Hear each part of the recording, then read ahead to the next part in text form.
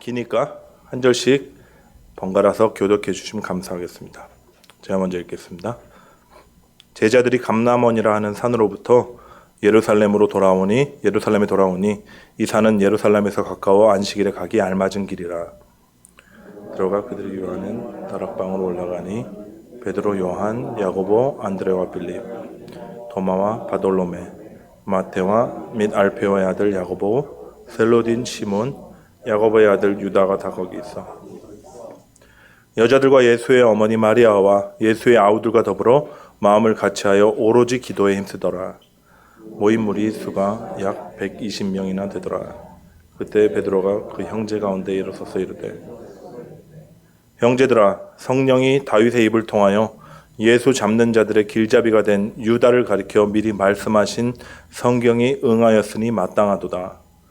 이 사람은 본래 우리 수 가운데 참여하여 이 직무의 한 부분을 맡았던 자라. 이 사람이 불의의 삭스로 밭을 사고 후에 몸이 곤두박질하여 배가 터져 창자가 다 흘러나온지라. 이 일이 예루살렘에 사는 모든 사람에게 알려져 그들의 말로는 그 밭을 아겔다마라 하니 이는 피밭이라는 뜻이라.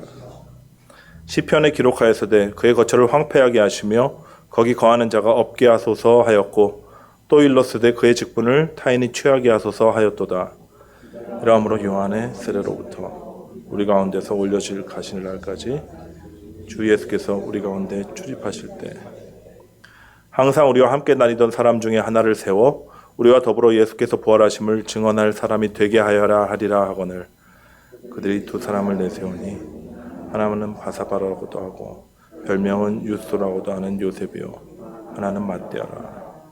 그들이 기도하여 이르되 뭇 사람의 마음을 아시는 주여 이 두 사람 중에 누가 주님께 택하신 바 되어 봉사와 및 사도의 직무를 대신할 자인지를 보이시옵소서. 유다는 이 직무를 버리고 제 옷으로 갔나이다 하고 함께 읽겠습니다. 제비 뽑아 마띠아로 얻으니 그가 11 사도의 수에 들어가니라. 아멘. 여러분 사도행전 세 번째 강의 시간입니다. 지난주 우리는 이 사도행전에서 가장 잘 알려진 1장 8절 말씀을 살펴봤습니다. 다 암송하시죠? 시작.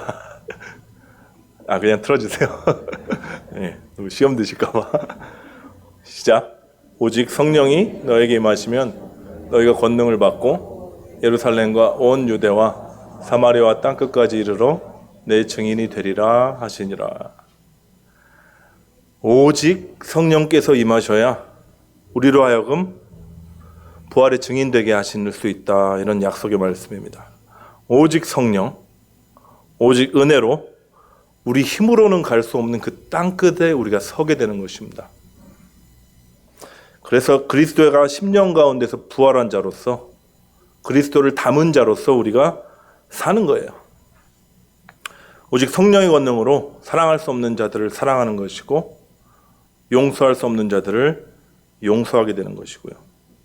모든 것을 참고 모든 것을 믿고 모든 것을 소망으로 견디면서 그 자리를 지키는 것이 부활의 증인이다. 증인의 삶이다. 이렇게 말씀드렸습니다. 따라서 제자들은 그 말씀하신 성령을 기다려야만 했어요. 근데 뭘 하면서 기다렸다고 오늘 본문에 나오죠? 기도하기 전에 또 하나 뭐 했는데 일단 모였습니다. 예수님과 최후의 만찬을 같이 했던 다락방인 것 같아요. 그 당시 다락방이 우리 한국 사람들이 생각하는 그 짐 막 넣어놓는 먼지 풀풀 날리는 그런 다락방 생각하시면 안 되고요. 그 유대 문화에서 서로 만찬을 같이 할 수 있는 넓은 공간이라 이렇게 생각하시면 됩니다. 여기 다락방에 다 모였습니다. 모인 무리들이 무엇을 했죠? 기도했어요. 마음을 같이하여 오로지 기도에 힘썼다. 이렇게 누가가 기록하고 있는데 이 오로지 기도에 힘쓰다 하는 이 쓰인 동사가요. 프로스칼테레오라는 헬라어 동사입니다. 사전에 찾아보면 이렇게 나와요. 아주 끈질기게 인내하면서 성실하게 계속한다. 예수님 승천하신 날부터 오순절 성령 강림까지가 며칠이 있었나요? 열흘이 있었습니다. 간단한 산수로 해보겠습니다. 예수님께서 6월절에 돌아가셨죠. 3일 후에 부활하셨는데 만 하루 좀 반 정도 되는 그 기간 이후에 부활하셨습니다. 그때를 초실절이라고 불러요. 그 부활 후 제자들에게 나타내시면서 하나님 나라의 일을 말씀하셨다. 며칠 동안 그랬다고 나오죠? 40일 동안 그랬다고 이렇게 나옵니다. 오순절이 이제 6월절 다음부터 초실절 이후 한 50일 뒤가 이제 오순절이에요. 그러면 이제 빼기가 잘 되시죠? 예, 예수님 승천하시고 성령 강림 사이에 열흘의 갭이 있습니다. 이 모인 무리들이 120명 정도가 모였으니까 다락방이 컸던 것 같아요. 프로스칼테레오, 정말 끈질기게 성실하게 계속해서 기도했음을 우리가 알 수 있습니다. 이 기도 가운데 성령께서 임하신 거예요. 오늘은 이 기도에 대해서 말씀을 나누려고 하는데요. 여러분, 프로스포츠의 명예의 전당이라고 들어보셨죠? 명예의 전당, Hall of Fame이라고 이렇게 영어로 그러더라고요. 각 종목별로요, 뛰어난 업적을 이룬 이제 선수나 코치들을 기념하고 기억하기 위해서 마련한 그런 어떤 제도입니다. 근데 오늘은 초대 기독교 명예의 전당에 이름을 올린 제가 기도의 용사들을 소개하도록 하겠습니다. 본문 이제 13절에서 15절 말씀 보시죠. 베드로, 요한, 야고보, 안드레와 빌립, 도마와 바돌로메, 마테와 및 알페오의 아들 야고보, 셀롯인 시몬, 야고보의 아들 유다가 다 거기 있어 여자들과 예수의 어머니 마리아와 예수의 아우들과 더불어 마음을 같이하여 오로지 기도에 힘쓰더라. 모인 무리의 수가 약 120명이나 되더라. 누가 나오죠? 명예의 전당에 예수님을 배신한 가룟 유다 빼고 11명의 제자 이름이 다 나옵니다. 또 누가 나오죠? 여자들이 나와요. 여자들. 예수님 어머니 마리아를 제외하고요, 이름조차 언급되지 않는 소위 여자들로 통칭되는 사람들이 나옵니다. 이들이 누구냐면 정말 이름도 없이 빛도 없이 예수님을 따라다니면서 물질적으로나 아니면 일심양면으로 예수님을 서포트했던, 도왔던 여인들입니다. 정말 귀한 사람들이에요. 예수님 십자가 앞에서 제자들 다 도망가도 끝까지 남아있던 그런 사람들이었습니다.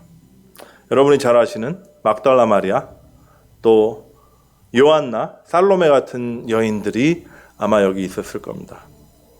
그 다음에 또 누가 나오죠? 명예의 전당의 아우들, 맞죠? 예수님 육신의 형제들을 일컫는 거예요. 마리아와 요셉 사이에 나온 태어난 아들들입니다. 마태복음에 이들의 이름이 3명이 언급되는데 4명 나오죠. 야고보, 요셉, 시몬, 유다, 이렇게 4명의 이름이 언급되어 있습니다. 근데 여러분, 사실 이 아우들이 처음부터 예수님 따라다니지 않았어요. 요한은 어떻게 증언하냐면 이들은 예수님을 믿지 않았다 이렇게 증언하고요. 마가복음의 3장에 보면 형이 미쳤다고 어머니랑 같이 와서 형 잡아서 데려가려고 이렇게 형 찾아오는 장면도 나옵니다.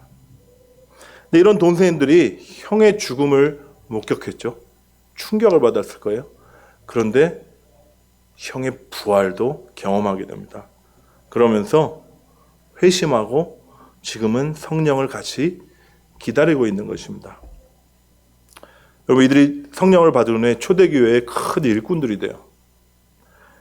야고보는요, 예루살렘 교회의 지도자 돼서 베드로와 함께 초대교회의 거의 양대 산맥이 됩니다.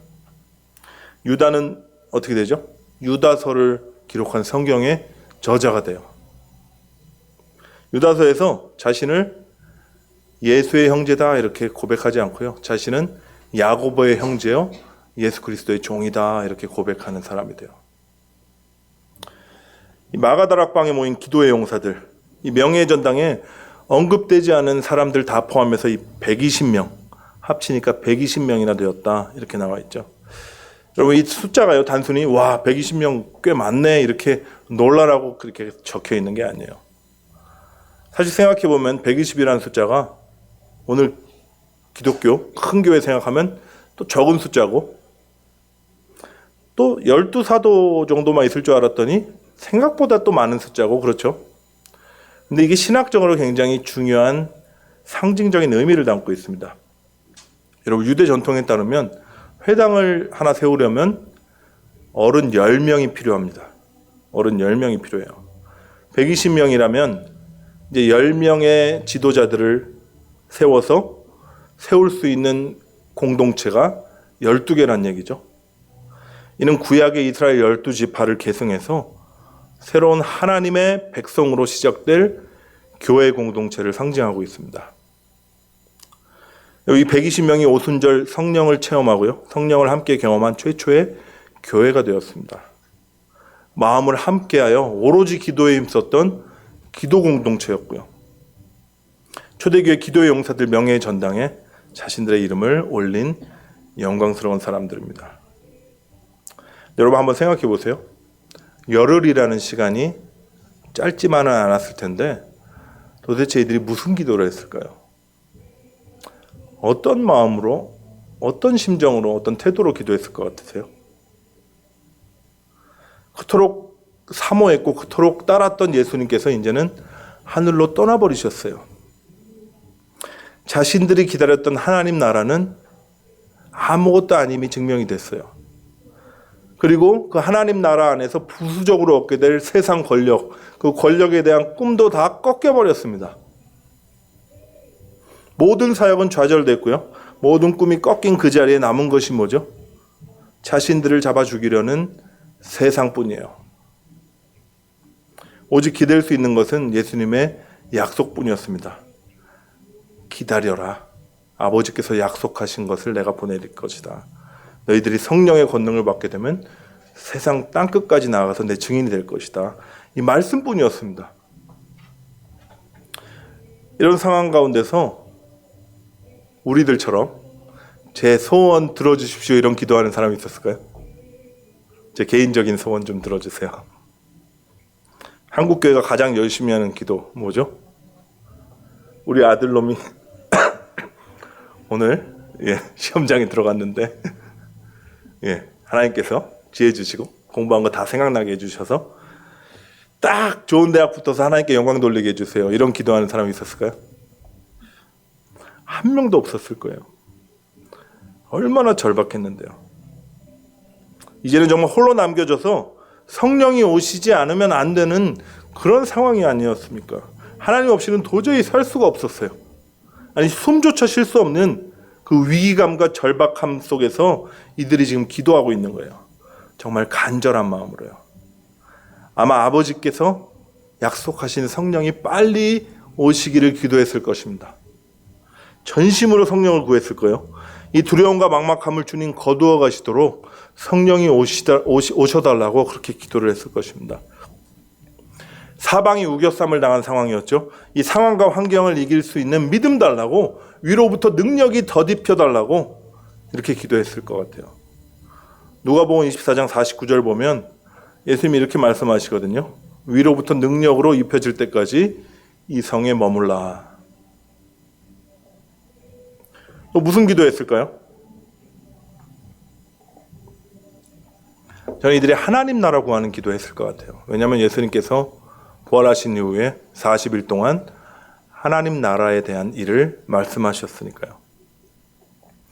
자신들이 그리던 하나님 나라가 아니라 예수님이 말씀하신 그 하나님 나라, 하나님의 통치가 이 땅 가운데 임하시도록 열심히 기도했을 것 같습니다. 열방에 있는 지극히 작은 자들 죽게 돌아와서 구원함을 얻는 그 일을 꿈꿨을 것이고요. 여호와를 아는 지식이 무리바다를 덮은 같이 온 열방을 덮는 그날을 위해서 기도했을지도 몰라요. 구약을 알았으니까요. 기도가 점점 깊어졌습니다. 마음이 뜨거워졌을 거예요. 여러분, 기도가 깊어지고 마음이 뜨거워지면 뭐가 터져 나오죠? 회개가 터져 나옵니다. 자신들 안에 그 또아리치고 있던 그 악한 생각들이 토솔되고요. 은밀한 죄들이 기도 가운데서 고백되어집니다.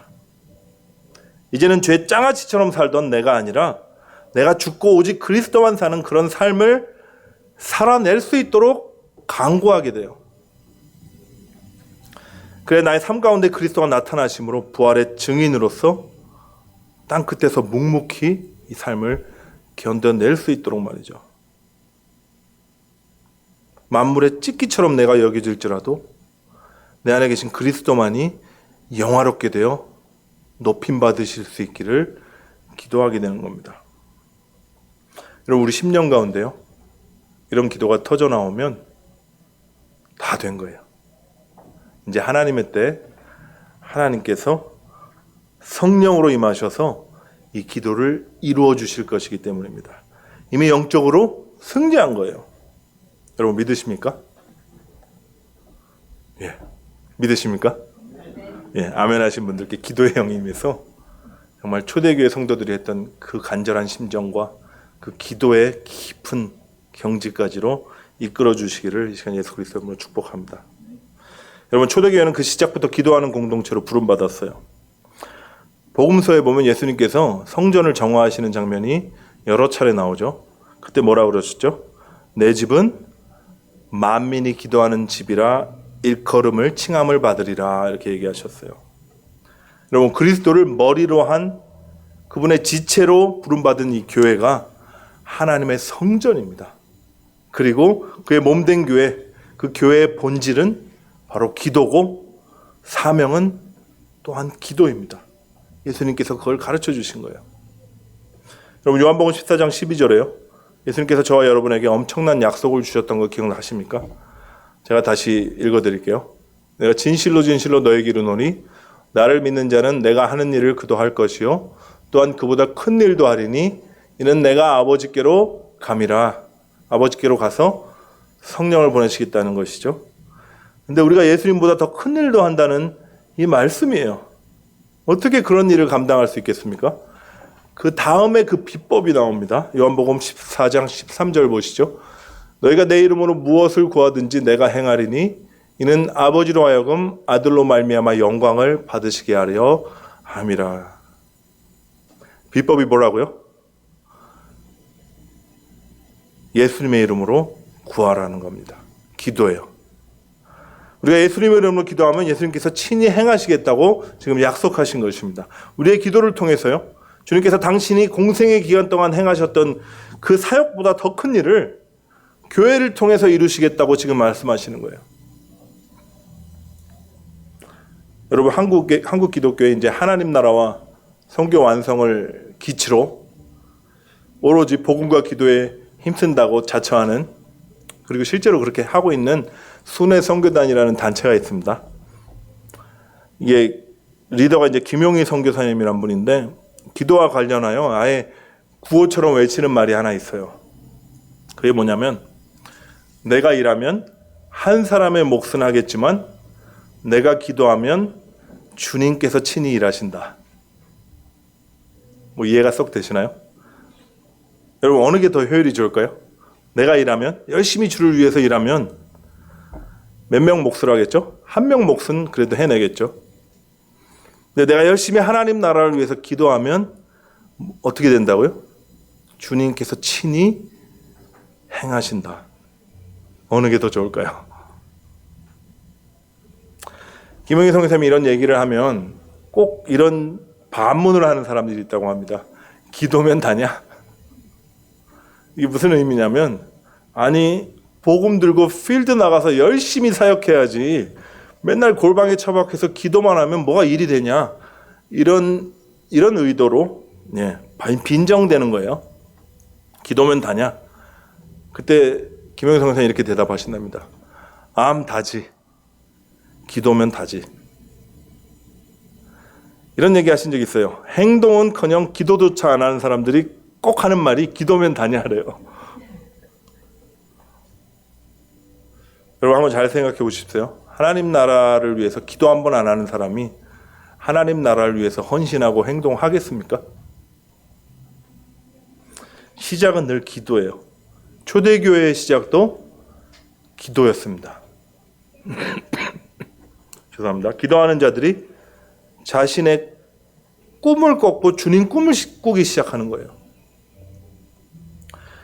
기도가 우리 꿈을 이루어달라고 가서 생떼 부리는 게 아니거든요. 기도는 우리의 것들을 주님 앞에 내어놓고 주님의 말씀으로 우리를 채우는 게 기도입니다. 주님의 소원과 주님의 비전으로 우리를 채우는 게 기도예요. 그래서 기도하는 자들은요, 주님 주신 꿈을 붙들게 되고 행동하게 되는 것입니다. 오늘 본문을 한번 잘 생각해 보세요. 초대교인들이 성령 강림하기 전에 모여서 기도만 했다고 나오나요? 한 가지 일을 하는 게 나오죠. 뭘 했죠? 바로 12사도 중에 빈자리를 채워서 전열을 정비하는, 죄송합니다. 가다듬는 일을 했습니다. 그들이 증인이 되라는 예수님이 주신 사명을 감당하기 위해서 첫 걸음을 뛰게 된 거예요. 하나님의 명령에 순종하는 행위를 한 것입니다. 진리 안에서 자유케진 자들이 이제 그 자유를 행사를 했는데 한 마음으로 기도했을 때 행동하기 시작했습니다. 사명을 감당할 사람을 세우게 된 것이죠. 근데 재밌어요. 본문에 보니까 12사도 중에 한 명을 뽑는 거거든요. 이게 엄청난 일입니다. 근데 결정하는 방법이 뭐였죠? 제비를 뽑았어요. 제비 뽑기가 뭐죠? 우리식으로 얘기하면 그냥 운에 맡기는 게 제비 뽑기 아닙니까? 얼마 전에 우리나라가 대통령 선거를 했는데 후보는 각 당에서 내고 결과는 우리가 제비를 뽑겠습니다 하면 누가 수능을 하겠습니까?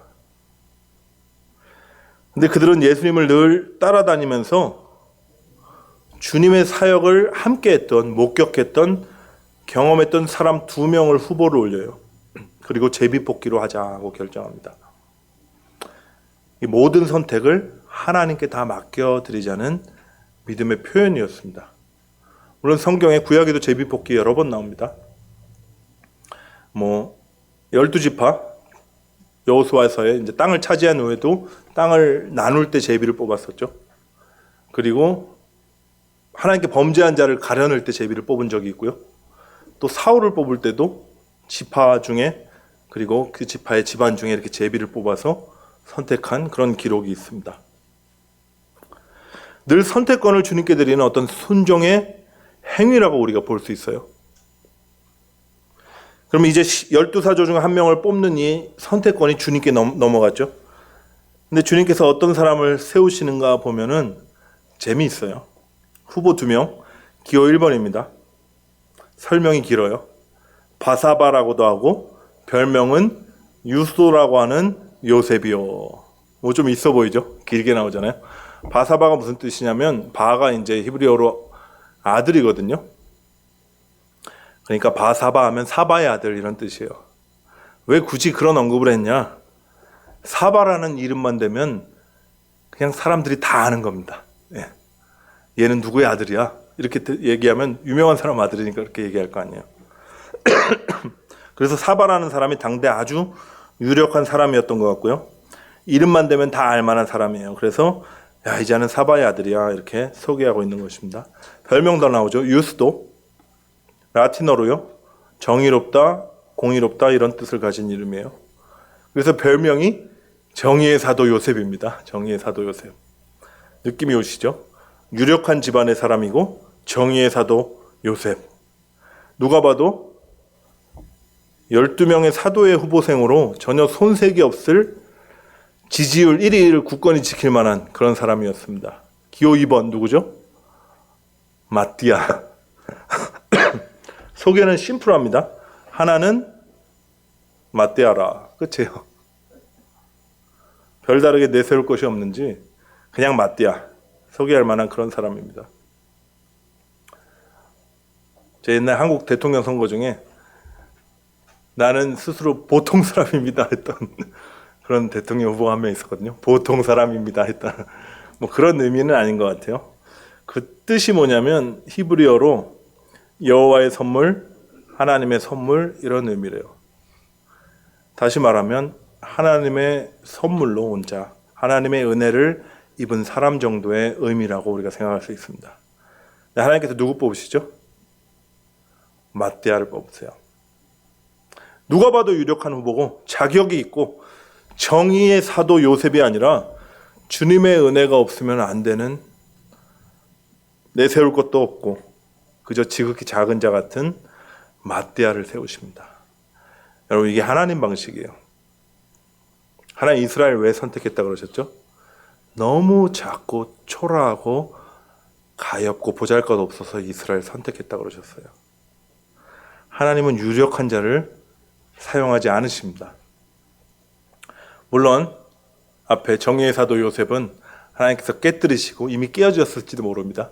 그래서 이후에도 좀 이름이 나와요. 하나님을 위해서 열심히 사역했던 그런 사람이라고 여겨지지만, 하나님께서는 내세울 것 없고 초라하기 그지없는 그 연약한 자들 중에서 하나님의 은혜가 없으면 살 수 없습니다 고백하는 자를 택하여 세우십니다. 그리고 이들을 통해 하나님 나라를 세워가세요. 안심이 되시나요? 여러분 중에 이름만 대면 다 알만한 유력한 분 아들 계시는가요? 예. 아니면 내가 정의의 사도다 이렇게 스스로 자처할 수 있는 분 계십니까? 한 분도 안 끄덕이시는 거 보니까 없으신 것 같아요. 다행입니다. 우리는 모두 여러분 맏띠아예요. 맏띠아. 하나님의 은혜, 하나님의 선물로 이 자리에 있는 자들입니다. 감사하시죠? 이런 연약한 우리들을 주님께서 쓰시겠답니다. 하나님의 나라와 성교를 위해서 성령을 부어주시고 또 성령의 권능으로 우리를 덧입혀 주신다고 약속하셨습니다. 여러분, 감사한다고 했으니까 그럼 우리가 뭘 해야겠죠? 기도입니다.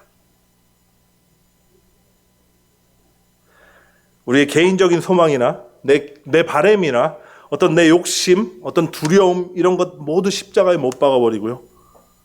정말이지 성령 충만을 구해보시고 하나님 나라를 구해보세요. 그때 주님 역사하세요. 기도하는 자가 성령 충만을 받게 되고요. 성령의 권능으로 옷 입게 되는 것입니다. 기도하는 자들이 오직 성령의 능력으로 땅끝까지 나아가 증인의 삶을 살아낼 수 있게 되는 거예요. 여러분, 기도 중에 그리스도의 마음이 부어지잖아요.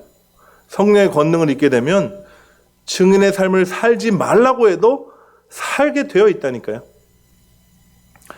우리 주어 목적어가 기도 가운데 바뀌어요. 내가 주어가 돼서 주님을 위해서 살고자 기도했는데 이제는 주님이 주체가 되셔서 나를 변화시켜 주십니다. 내 안에 사시는 그리스도의 사랑이 우리를 강권하시는데 그분을 믿는 믿음으로 사는 자들이 어떤 삶을 살게 되겠냐 말입니다.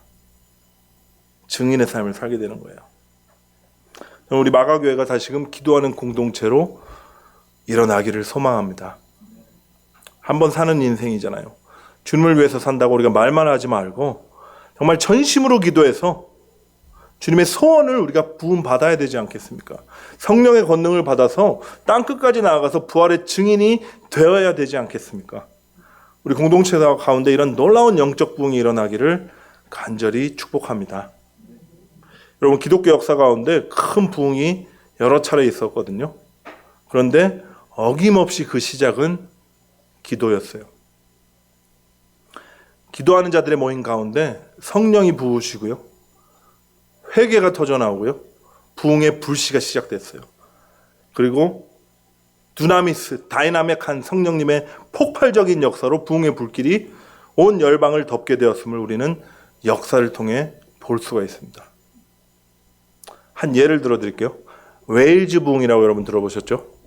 1900년도 초반에 1904년도에 어떻게 시작됐냐 제가 기록을 찾아보니까 1904년 2월에 UK 마을에서 그 플로리 에반스라는 작은 소녀가요. 청년 기도 모임에서 간단한 간증을 했던 걸로 시작합니다. 이렇게 얘기했대요. 오늘 많은 것을 말할 수 없지만 저는 주 예수님을 온 마음 다해 사랑합니다. 그분은 저를 위해 죽으셨습니다. 이 단순한 신앙 고백 가운데 성령이 임하신 거예요. 그 이야기를 듣던 사람들이 성령의 임재 가운데 압도되고요. 기도가 터져나오기 시작합니다. 여러 군데 이제 청년 기도 운동들이 일어나기 시작했어요. 이 시기에 에반 로버츠라는 청년이 한 기도 모임에 참석해서 설교자 세스 조슈아라는 설교자의 설교를 듣습니다. 이 세스 조슈아 목사님이 설교를 마치고 기도를 인도하는데 이런 기도를 했대요. Bend us. 우리를 꺾어 주시옵소서. 에반 로버츠가 이 기도를 들으면서 큰 성령의 감동을 받습니다. 그리고 본인도 기도를 시작하는데 이렇게 기도를 했대요. Bend the church. 교회를 꺾어 주시옵소서. 근데 성령께서 이렇게 말씀하셨대요. 너부터 꺾어라. 그래서 기도를 바꿨답니다. Bend me. 이렇게 시작된 부흥의 역사가 대단했습니다. 그때 회심한 사람의 숫자가 아무리 적게 잡아도 10만 명이 넘었고요. 도시의 술집들은 다 문을 닫았다 그러고 저녁마다 교회가 꽉꽉 차서 기도 모임, 기도 운동이 일어났다 그래요. 경찰들은 할 일이 없어가지고요. 범죄가 일어나지 않으니까 그냥 했던 일이라고는 성가대를 조직해서 찬양했대요. 경찰들이 할 일이 없어서요. 1900년도 초 웨일즈에서 시작된 이 부흥이 영국과 유럽 전역으로 확산되고요. R.A. 토레이라고 한국의 대천덕 신부님 할아버지가 계시거든요. 그분이 이끌었던 인도 부흥의 시발점이 됩니다. 그리고 미국으로 넘어와 1906년도에 캘리포니아 아주사 스트리트에서 발생한 초기 오순절 부흥 운동의 시작이 되고요. 그리고 여러분 잘 아시듯이 한국으로 넘어가 1907년도 평양 대부흥 운동의 시발점이 되었다고 합니다. 여러분 그 시작이 기도였어요. 그리고 한 작은 소녀의 예수 그리스도에 대한 신앙 고백이었습니다. 그냥 우리가 아는 그런 기도가 아니라 Oh Lord bend me, 주여 나를 꺾어 주시옵소서 기도하면서 자신의 소원과 자신의 모든 고집과 의지를 철저히 주님의 뜻에 순복하겠다는 그런 고백. 그래서 하나님의 뜻이 친히 성령께서 그 뜻을 이루어 주시기를 간구하는 그런 기도였습니다. 초대교회 성도들의 기도와 동일했죠. 그때 성령이 임하시고 부흥이 일어나는 거예요. 여러분 우리도 기도하면 됩니다. 이제까지 해오던 그런 거 말고 정말 내 자신을 꺾어달라고 주님 앞에 나가서 기도하십시오. 그래서 하나님의 나라와 그분의 뜻만이 이 땅 가운데 이루어지도록 전심으로 우리가 기도해야 돼요. 성령을 부어달라고 기도해야 돼요. 단순히 기도를 하는 것만이 중요한 게 아니라 무엇을 기도하느냐, 어떤 마음과 태도로 기도하는가가 더 중요하다는 사실을 우리는 오늘 사도행전을 통해서 그리고 웨일즈 부흥을 통해서 우리는 확인할 수가 있습니다. 우리 마가교회는요, 하늘 보좌를 흔드는 기도를 올려드리는 기도 공동체가 되기를 축복합니다. 하나님 나라가 이 땅에 임하고 잃어버린 수많은 영혼들이 주님께 돌아와서 열방이 주를 예배하는 그 역사를 위해서 기도하고 함께 꿈꿀 때 우리가 한 발자국씩 나아가게 될 거예요. 행동하게 될 것입니다. 오늘 처음으로 이제 단기 선교팀이 발족되는데 여러분 한 명 한 명 생각하시면서 기도해 주십시오. 지금 자원자가 교육자 포함해서 8명. 생각보다 벌써 자원자가 많습니다. 아직 문은 열려 있습니다. 오늘 첫 번째 모임 끝났다고 나 이제 포기해야 되나 보다 하지 마시고 여러분 기도하는 마음으로 준비해 주시고 또 이번에 못 가시더라도 이분들을 위해서 열심히 기도해 주시기를 부탁드립니다. 그리고 이분들이 밟을 땅, 탄자니아 땅을 위해서도 기도해 주세요. 많은 영혼들을 만날 텐데 특별히 아이들도 많이 만날 텐데 이들의 영혼들을 위해서 또 기도해 주시기를 부탁드립니다. 왜 우리가 이 기도를 하면 무슨 유익이 있냐? 또 유익이 있어야죠. 그 영광의 기쁨, 주님의 기쁨이 우리의 기쁨이 되는 그 유익이 여러분 놀라운 유익이 있습니다. 한번 생각해 보세요. 북한이 열리기를 늘 기도하고 북한의 하나님의 복음의 빛이 임하기를 기도하는 사람이 있었다고 쳐봅시다. 실제로 북한이 열리고 이제는 공개적으로 주님을 예배할 수 있는 날이 왔다고 한번 생각해 보세요. 그러면 그 땅을 위해서 열심히 정말 눈물로 기도했던 사람의 그 기쁨이 어떻겠어요? 상상할 수가 없이 크겠죠? 근데 기도 한 번 안 하던, 그냥 내 문제와 그냥 이 땅의 세상 삶에 그냥 치여 살던 그런 그리스도인이라면 기쁠까요? 안 기쁠까요? 물론 안 기쁘진 않겠지만 그 기쁨의 크기는 비교가 할 수가 없을 겁니다. 예수님께서 우리를 기도를 통해서 하나님의 역사를 이루시는 것을 경험케 하는 그 이유는 바로 이거예요. 하나님의 기쁨이 우리 기쁨이 되게 하시기 위해서. 하나님의 영광을 우리가 함께 나누기 위해서입니다. 여러분, 이 영광의 기회를 여러분 놓치지 마시기 바랍니다. 선교팀이 나와서 나중에 돌아와서 하나님의 영광을 노래하고 또 이런 기쁨을 나눌 텐데, 우리가 열심히 기도했을 때 그 기쁨이 나의 기쁨이 됨을 여러분 믿으시고 열심히 기도로 동역해 주시기를 이 시간 부탁드립니다.